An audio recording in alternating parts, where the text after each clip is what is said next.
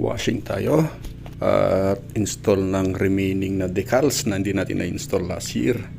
Ang panganay ko gusto nang kumuha ng driver's license, pero napakamahal sa ngayon. Mas priority yung pag-aaral nyo.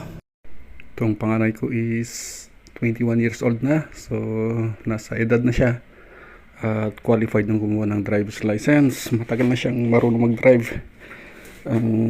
Sa atin lang kasi mas priority natin yung pag-aaral niya, lalo na yung Pisayar namin.